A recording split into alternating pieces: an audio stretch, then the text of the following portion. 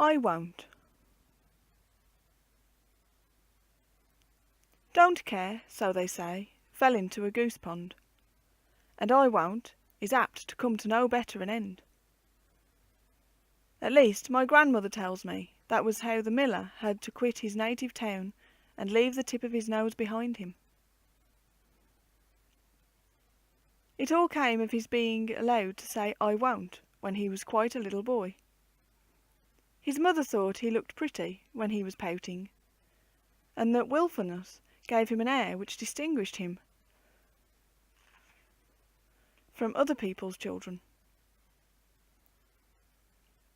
And when she found out that his lower lip was becoming so big that it spoiled his beauty, and that his wilfulness gained his way twice and stood in his way 8 times out of 10, it was too late to alter him. Then she said, "Dearest Abinadab, do be more obliging." And he replied, as she had taught him, "I won't." He always took what he could get, and would neither give nor give up to other people. This, he thought, was the way to get more out of life than one's neighbour. Amongst other things, he made a point of taking the middle of the footpath. "Will you allow me to pass you, sir? I am in a hurry," said a voice behind him one day. "I won't," said Abinadab, on which a poor washerwoman with her basket scrambled down into the road, and Abinadab chuckled. Next day he was walking as before. "Will you allow me to pass you, sir? I am in a hurry," said a voice behind him. "I won't," said Abinadab, on which he was knocked into the ditch, and the Baron walked on, and left him to get out of the mud on whichever side he liked. He quarrelled with his friends till he had none left, and he quarrelled with the tradesmen of the town till there was only one who would serve him, and this man offended him at last. "I'll show you who's master," said the miller. "I won't pay a penny of your bill, not a penny." "Sir," said the tradesman, "my giving you offence now is no just reason why you should refuse to pay for what you have had and been satisfied with. I must beg you to pay me at once." "I won't," said the miller. "And what I say I mean. I won't, I tell you, I won't." So the tradesman summoned him before the justice, and the justice condemned him to pay the bill and the costs of the suit. "I won't," said the miller. So they put him in prison, and in prison he would have remained if his mother had not paid the money to obtain his release. By and by she died, and left him her blessing and some very good advice, which, as is sometimes the case with bequests, would have been more useful if it had come earlier.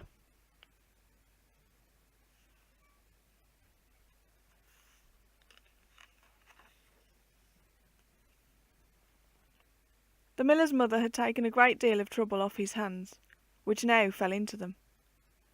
She took in all the small bags of grist which the country folk bought to be ground, and kept account of them, and spoke civilly to the customers, big and little, but these small matters irritated the miller. "I may be the slave of all the old women in the countryside," said he, "but I won't. They shall see that I won't." So he put up a notice to say that he would only receive grist at a certain hour on certain days. Now but a third of the old women could read the notice, and they did not attend to it. People came as before, but the miller locked the door of the mill and sat in the counting-house and chuckled. "My good friend," said his neighbours, "you can't do business in this way. If a man lives by trade he must serve his customers, and a miller must take in grist when it comes to the mill." "Others may if they please," said the miller, "but I won't. When I make a rule I stick to it." "Take advice, man, or you'll be ruined," said his friends. "I won't," said the miller. In a few weeks all the country folk turned their donkeys' heads towards the windmill on the heath. It was a little farther to go, but the windmiller took custom when it came to him, gave honest measure, and added civil words gratis. The other miller was ruined. "All you can do now is leave the mill while you can pay the rent and try another trade," said his friends. "I won't," said the miller. "Shall I be turned out of the house where I was born, because the country folk are fools?" However, he could not pay the rent, and the landlord found another tenant. "You must quit," said he to the miller. "That I won't," said the miller, "not for 50 new tenants." So the landlord sent for the constables, and he was carried out, which is not a dignified way of changing one's residence. But then, it is not easy to be obstinate and dignified at the same time.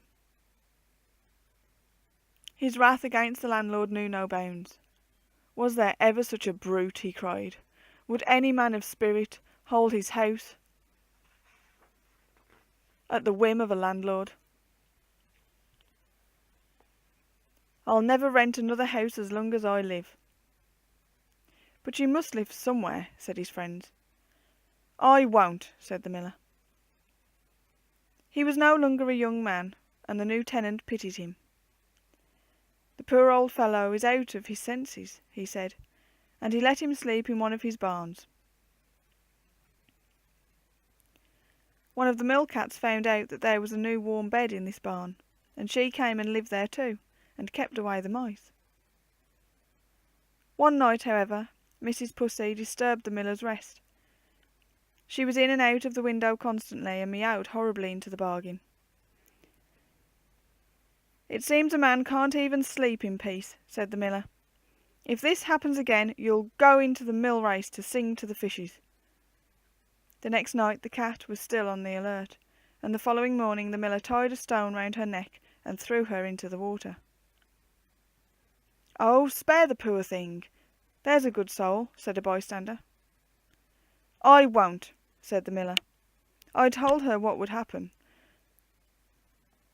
When his back was turned, however, the bystander got Pussy out and took her home with him. Now the cat was away, the mice could play, and they played hide and seek over the miller's nightcap. It came to such a pass that there was no rest to be had. "I won't go to bed, I declare I won't," said the miller. So he sat up all night in an armchair, and threw everything he could lay his hands on at the corners where he heard the mice scuffling, till the place was topsy-turvy. Towards morning he lit a candle and dressed himself. He was in a terrible humour, and when he began to shave, his hands shook and he cut himself. The draughts made the flame of the candle unsteady too, and the shadow of the miller's nose, which was a large one, fell in uncertain shapes upon his cheeks, and interfered with the progress of the razor. At first he thought he would wait till daylight, then his temper got the better of him. "I won't," he said. "I won't. Why should I?" So he began again. He held on by his nose to steady his cheeks, and he gave it such a spiteful pinch that the tears came into his eyes.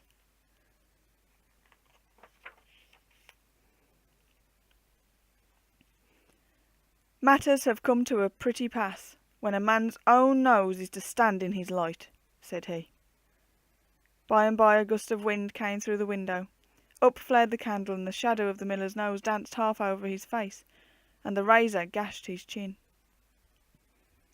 Transported with fury, he struck at it before he could think what he was doing. The razor was very sharp, and the tip of the miller's nose came off as clean as his whiskers.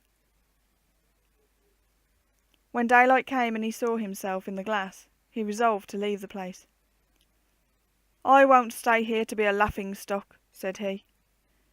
As he trudged out onto the highway with his bundle on his back, the Baron met him and pitied him. He dismounted from his horse, and leading it up to the miller, he said, "Friend, you are elderly to be going far afoot. I will lend you my mare to take you to your destination. When you are there, knot the reins and throw them on her shoulder, saying 'Home.'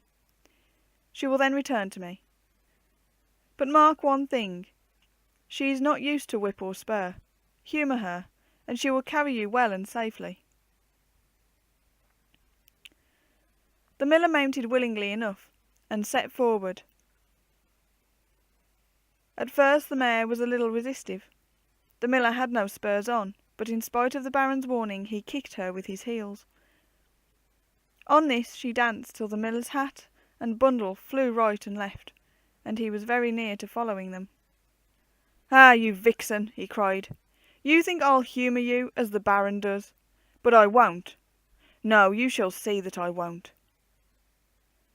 And gripping his walking stick firmly in his hand, he belaboured the Baron's mare, as if it had been a donkey. On which she sent the miller clean over her head, and cantered back to the castle. And wherever it was that he went to, he had to walk. He never returned to his native village, and everybody was glad to be rid of him.